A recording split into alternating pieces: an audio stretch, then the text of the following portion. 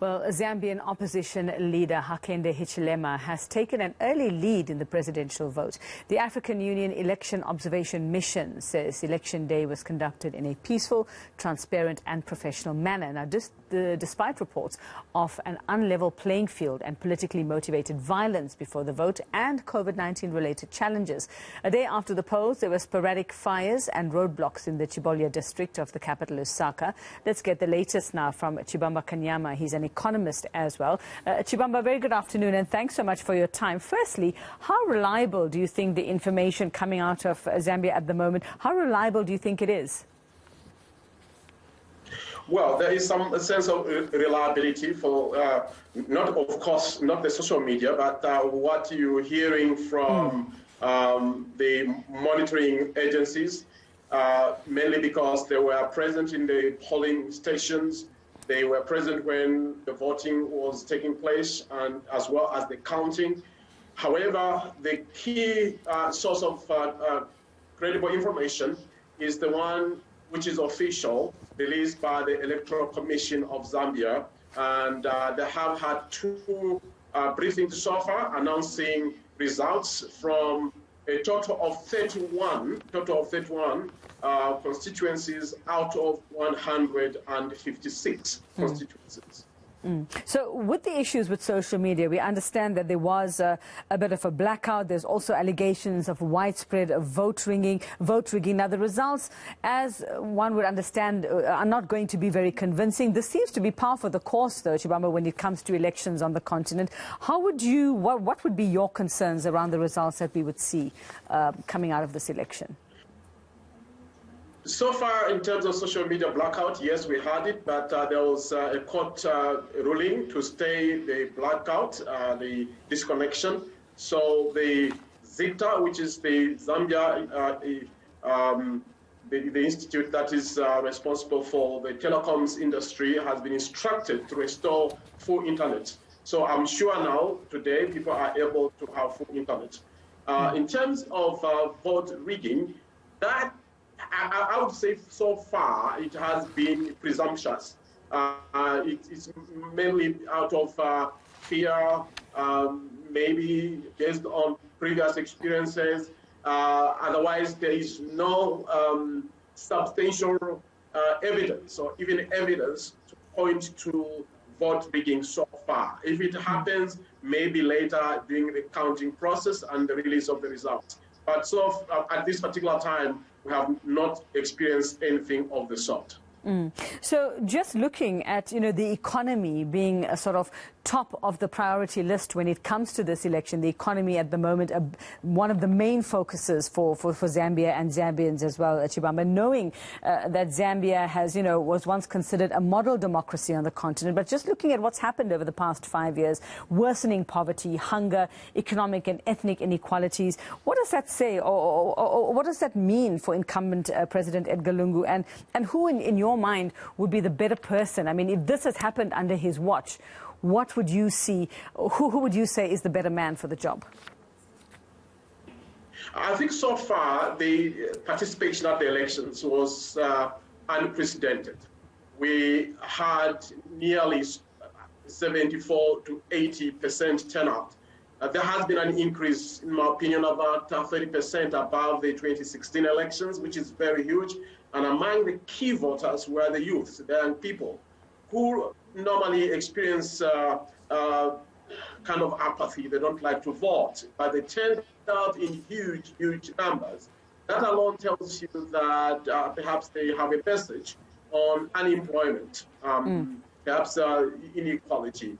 And whoever wins these elections will have to address these issues. Whoever wins them, they have to look at what about corruption? What about inequality? What about ethnical, it's not really cleansing, but ethnicity and what we call tribalism in Zambia. Whoever wins this has to address these issues, including the cost of living.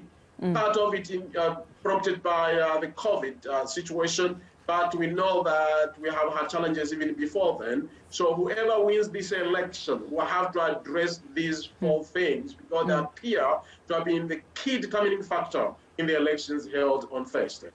So how badly do you think that the current state of things, the current state of the economy, like you talk about rising living costs as well, how badly do you think that might have hurt Edgar Lungu, and how much that would have actually played to maybe success on for Hakainde Hichilema? Do you think it would have worked in his favor, that people might see him as somebody who could fix this?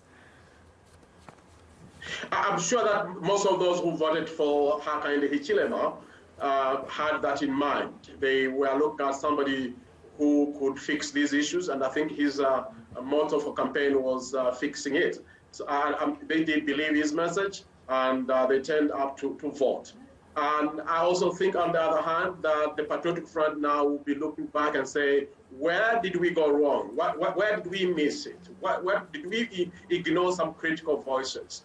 So the voting really looked at how people woke up early in the morning, by the way. Some people were going to the polling stations as early as 01, just past midnight, to queue up for the opening of the polling stations at 06. So they had to wait for about 5 hours to cast their vote. And they stood on the queue for long, long hours. And what determined that was basically how they want to choose a leader going forward. Others were going there to appreciate what has happened, and others have really appreciated the investment in infrastructure, but majority of the young people, in my opinion, were going to vote to ensure they get a leader who addresses these issues. But whoever wins, really, I think they will never ignore these issues going forward. There is a strong message that has been sent by the young people especially. So in their campaigns leading up to this election, then, what did both candidates actually say about the economy? What were their solutions? Did they provide solutions? Did they provide maybe a plan for fixing it? Yeah, remember we had about 16 political parties that participated, but the voter voices ignored the other 14. They didn't count them for now. I think they focused mainly on the two, the Patriotic Front, the ruling party, and the UPND, the main opposition party. And both of them, of course, they are private sector-driven economies, political parties. Now, the message from the opposition was to ensure they bring down the cost of living. And at the time they were campaigning, bring down the cost of living by ensuring they manage the economy better. This points to fiscal discipline. They believe that they can trim off some surplus just by managing the economy better, by transparency, by accountability to the national resources, by ensuring that they attend to the revenue on the mines. And when that message came forward from the opposition, the ruling party responded immediately by attending to the mining sector. And I think you saw that in the past 1 year, they have gotten involved with the mining sector. They possessed KCM, which is under liquidation. They also bought the former Grenco mine in Mopani, which was being abandoned. They got it on, and there's more or less a state-owned mine now. And we saw the appreciation of the kwacha. There's been some revenues from copper sales, and they used that. And of course, they also had the bond auction, which attracted foreign offshore investors. And actually, there was an oversubscription. So we began to see something happen 2-3 weeks just before the elections, which to me signaled that we are beginning to know what matters most to the voter, what matters most to the community. But going forward, I'm sure that whoever wins this election, will focus much more on ensuring there is the deficit is addressed. The economic deficit or fiscal deficit is addressed seriously by spending within means. There should be debt consolidation, manage the external debt, and then debt restructuring. And that debt restructuring will compel whichever government comes in to have serious discussions with the International Monetary Fund for the enhanced economic facility. So I'm sure that's what should be happening going forward. All right, Chibamba, I'm going to put you on the spot then. Who do you think is the man who is best equipped, who has the experience, the know-how, who has probably the best knowledge of the economics? Just put it out there. Who do you think would be best equipped to do this, to lead Zambia into better economic times? I know it's a tight question for me.